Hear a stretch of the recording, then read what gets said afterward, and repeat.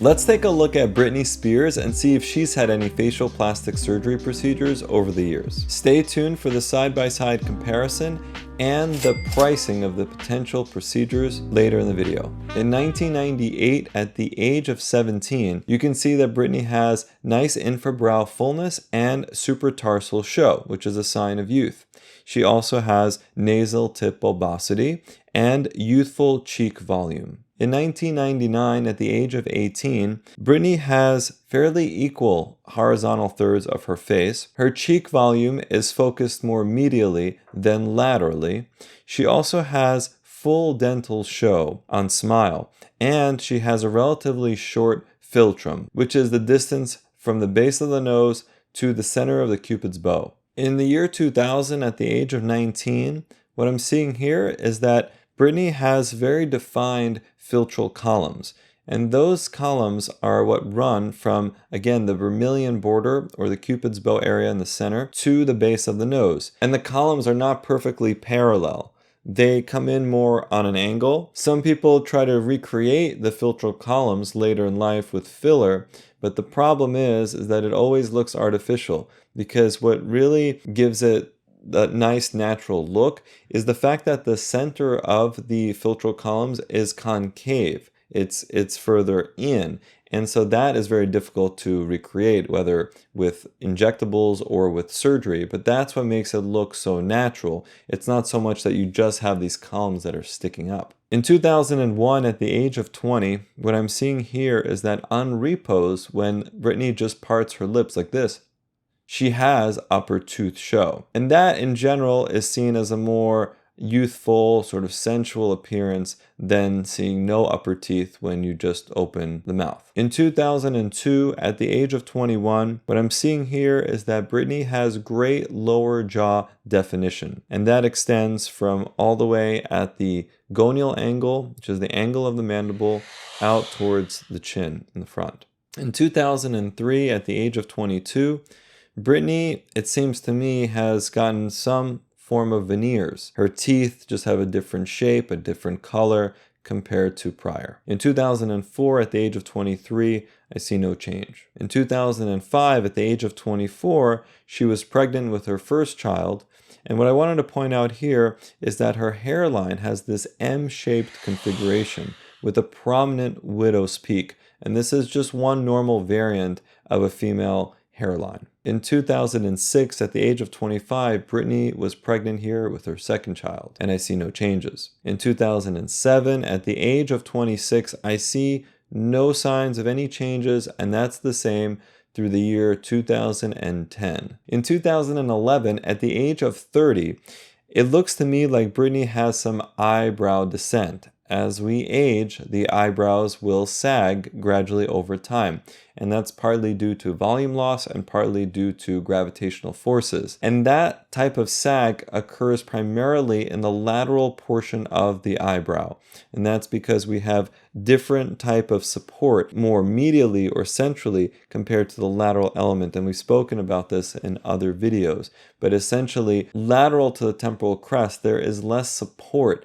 and that is what causes this portion to sag more than the medial aspect. So in surgical types of changes that can be done to lift the brows, usually that type of change is targeted more to the lateral or the all the way out to the tail of the brow to give it a more lifted appearance to reverse the signs of aging. In 2012, at the age of 31, I see no change. Thank you, Ulike, for sponsoring this video. I'm sure most of you have heard about IPL hair removal devices given their recent surge in popularity. IPL stands for Intense Pulsed Light. IPL uses light energy to accurately target and remove pigmented or damaged skin cells and hair follicles. IPL works thanks to a pigment in hair called melanin. Melanin helps the hairs absorb the light that's being emitted by the IPL device every time that it flashes. This light absorption stimulates the hairs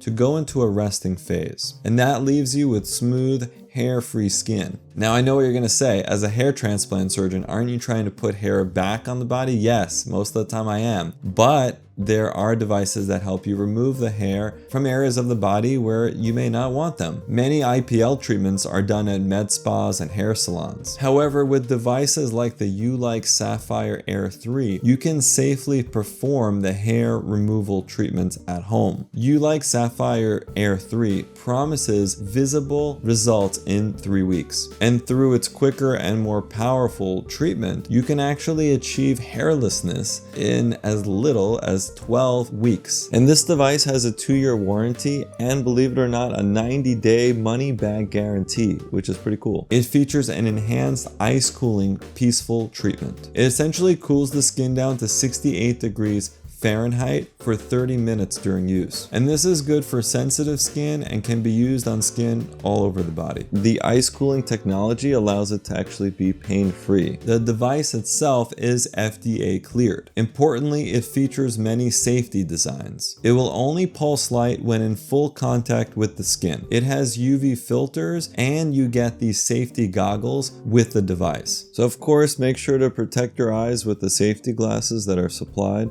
in the box. Its auto glide method frees up the thumb, and it offers a 10-minute full body treatment. It has different smart modes that offer different energy levels for a personalized type of treatment. The soft mode is great for the face, the upper lips, and the bikini area. The body mode can be used for the legs and the arms. And the power mode is meant for the chest and the armpit area. A clinical study from 2010 featuring an at-home IPL removal device showed an overall hair reduction of 78% at the 1-month follow-up and 72% at the 3-month follow-up. No serious adverse events were noted. This specific clinical study, with a link in the description below, supports the safety and efficacy of these devices. If you're interested in doing IPL treatments at home, check out Ulike in the video description below. Once again, thank you Ulike for sponsoring this video. And now back to the video. In 2013, at the age of 32, I'm seeing that Britney may have started to get some Botox around this time. So to the usual areas, the forehead, the glabella, and the crow's feet. In 2014, at the age of 33, I think around this time, Britney may have had a rhinoplasty.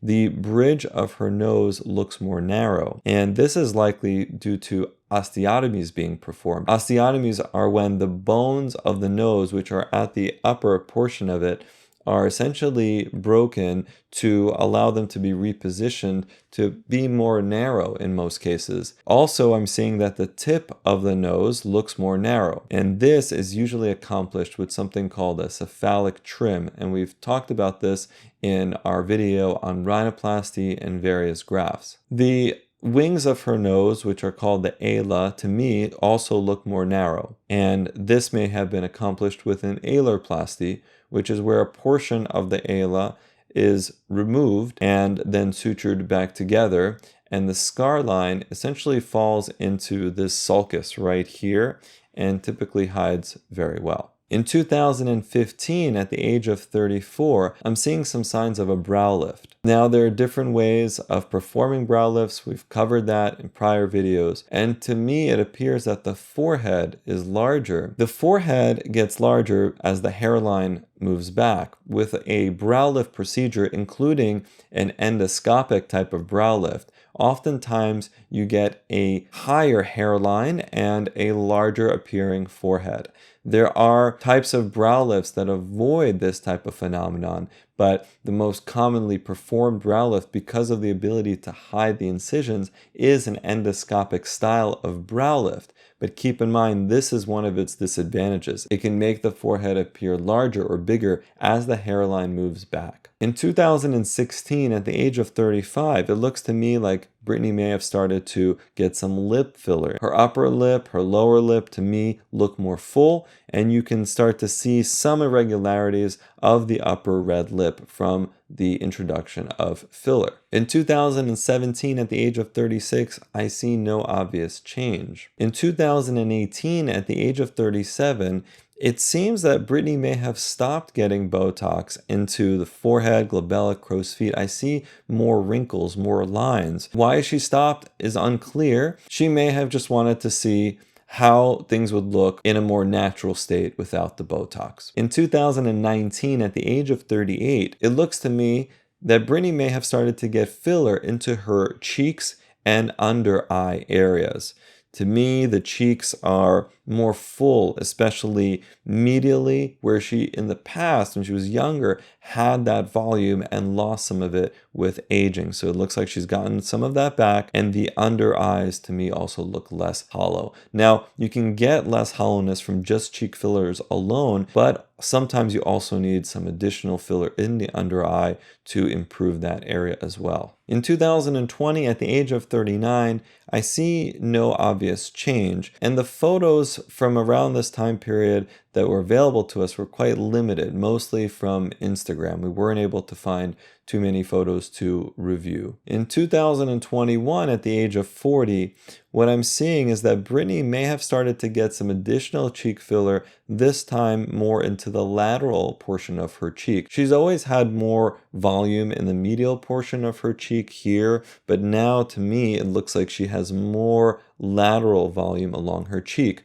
And oftentimes when cheek fillers are performed, if they're done well, the lateral aspect of the cheek is improved with filler to give the appearance of a more heart-shaped face. In 2022, at the age of 41, I don't know what's going on, just different facial expressions, I guess. In 2023, which is now, she's still 41, and it looks like she may have gotten a revision brow lift. From the initial brow lift, it looked like the eyebrows were starting to sag again, and now they're back repositioned at a higher level. So this could be the result of a revision brow lift, or maybe the return of Botox, because Botox can lift the brows to a degree. It usually isn't as significant of a change compared to surgery, but it could have some brow lifting potential. And in a recent Britney Spears Instagram post, she wrote what I think is a very important message. Do your own research on these procedures, and as hard as it may be, learn to effing love yourself. And I think there's no better message that I can relay to you guys. And the total cost of these potential procedures is $155,000. And here's a side-by-side comparison from over the years. Ulike Sapphire Air 3 is super easy to use. After taking it out of the box, you basically plug it in and you press and hold for 2 seconds to activate. You glide the light window on the skin and the light will start to automatically flash. It's great for large areas such as the arms and the legs. The device is FDA cleared. It has 21 joules of energy output for long-lasting results in 3 weeks. The ice cooling technology allows it to be pain-free, which is a great feature. Even at the 30-minute mark, the device is still cool at 50 degrees Fahrenheit. And one of the nice safety mechanisms of this device is that it will only work when it's in full contact with skin. Thank you, Ulike, for supporting our channel and for sending us the Sapphire Air 3 to test out. If you're interested in starting with hair removal treatment at home, make sure to check out Ulike Sapphire Air 3 with a link in the video description below. Thanks again, Ulike, for sponsoring this video. Since you like this video on Britney Spears, I know you'll love our video on Lady Gaga's potential facial plastic surgery procedures. Click here.